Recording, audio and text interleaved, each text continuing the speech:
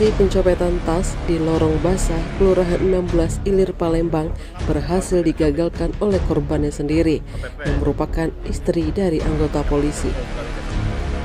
Ujang yang merupakan warga Lorong AA, Kelurahan 34 Ulu, Palembang, sempat diamuk warga dan akhirnya dibawa ke Polrestabes Palembang untuk mempertanggungjawabkan perbuatannya.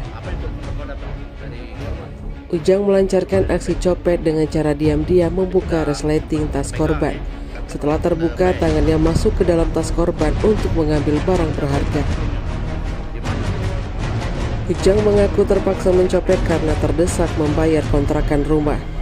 Di saat ketahuan oleh korban, diakui pelaku ia sempat bergelut dengan korban yang hendak menangkapnya hingga akhirnya Ujang berhasil diamankan warga yang saat itu ramai di lokasi.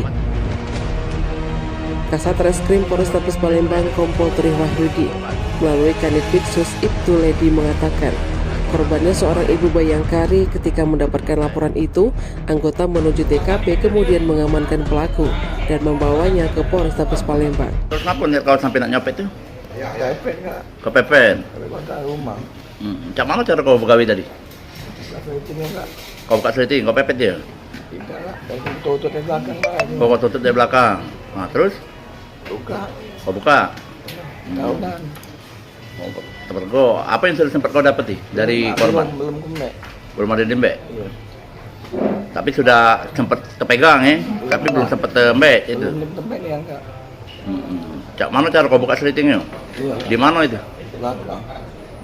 Lokasi TKP-nya di mana? Di pasar Lorong Basah itu. Lorong Basah 16.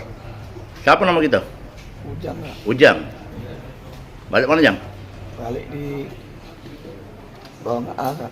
Lorong AA Iya. di Tabati. Iya. Sempat ribut sempat bergulat dengan korban. Iya. Ya ngocok ya pula. Oh, berarti kau tangkap oleh korban dikejar masa Tim Liputan Sumsel Update TV melaporkan.